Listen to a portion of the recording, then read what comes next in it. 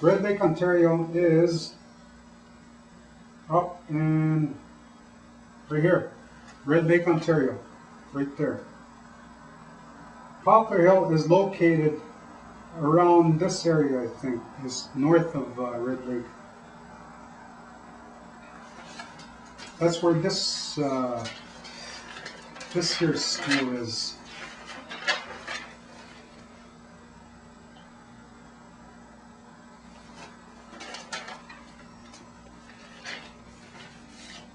And now we get into this is where we get into what do you call the death of my mother. This is why we're making this what we're doing today. While I was at Poplar Hill Residential School, I got there in December 1975, and I attended, like I went to school every day, December, January, February, March, April, May, June.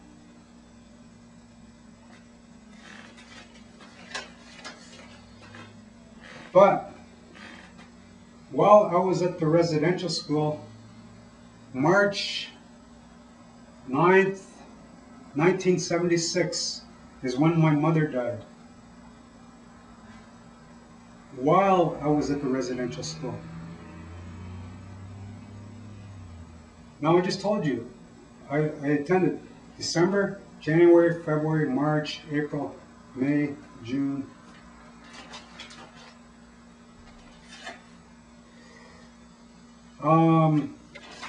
While I was at the residential school, I think it was around May, June, around June.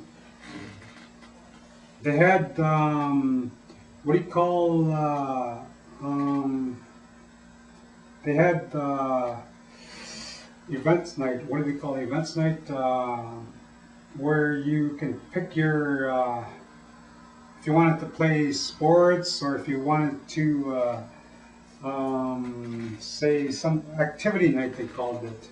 You kind of choose what it is you want to do for that evening. You play ping pong, or you can play board games, or you can do crafts, or you can write a letter.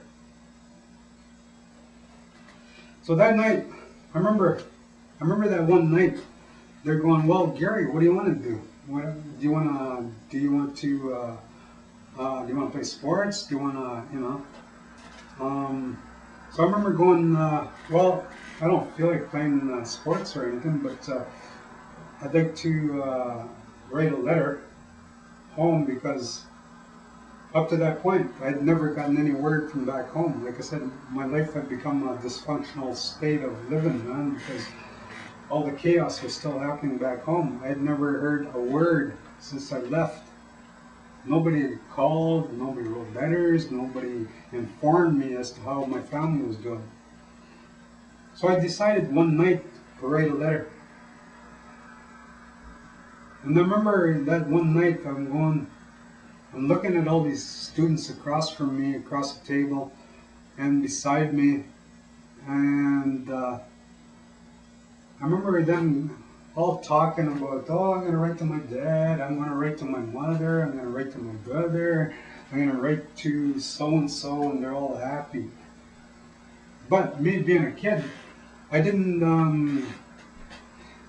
me being a kid, I kind of had a clue as to why I wasn't able to go home. I knew my life was, I didn't know fully, but kind of had a little bit of an idea as to why I couldn't go home, as to why, things were the way they were. And I remember thinking, I can't write to my mother because she might still be drinking. So the next best thing to do was, I remember looking at these kids, they're all happy and writing their letters. And I'm going, well, who can I write to? Who's going to answer back? So I remember going, well, I'll write a letter to my oldest brother. And so I wrote that letter. And I remember almost the exact words 32 years after, 33 years now. I'm going, how's the old lady? You know, how is she? Is she still drinking? You know. So I wrote that letter. I finished that letter, but I remember asking those questions to my brother. In that letter, I remember going, how's the old lady? Is she still drinking? Is she still, still partying? So anyways, we wrote the letter, we finished, we had our, fun and that, we're kids, right, in this residential school. So they mailed the letter out. I don't know if they mailed the letter out, just gave them the letter and that was the last time, heard anything, whatever. But it was after.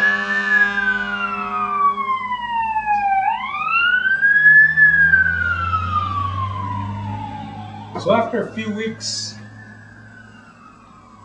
we're into our routine in the Poplar Hill Residential School. We're attending school. We're living in the Poplar Hill Residential School. We're living everyday life on the residential school here in Poplar Hill. I don't know if you have a clear picture of that. This is how it looked. If you could ever get a clearer picture, hopefully I can get clearer pictures, but I remember this was the main residence. The schools were located here. This is the shop. This was the principal's building right here. This was the principal. This is the guy that made all the rules on this here residential school. At that time, this guy here, Kenneth Miller, was the principal while I was there. Ken Miller was the principal. After I had written that letter, probably about 2-3 weeks later, from that, I got a tap on the shoulder from one of the staff one day, and said, Mr. Miller would like to see you at the residence, at his residence.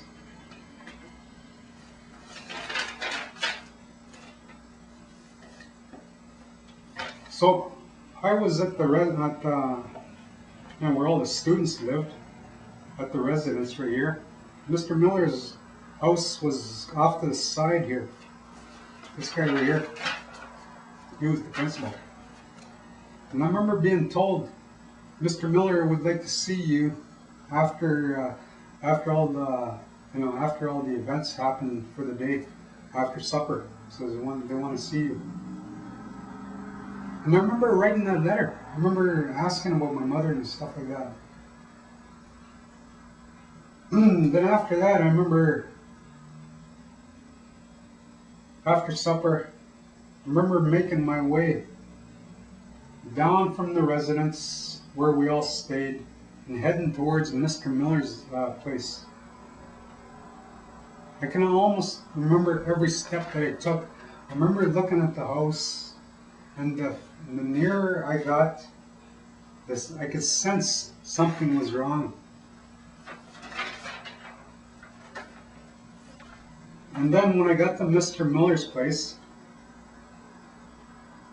he told me to sit down, and him and his wife were sitting across from me.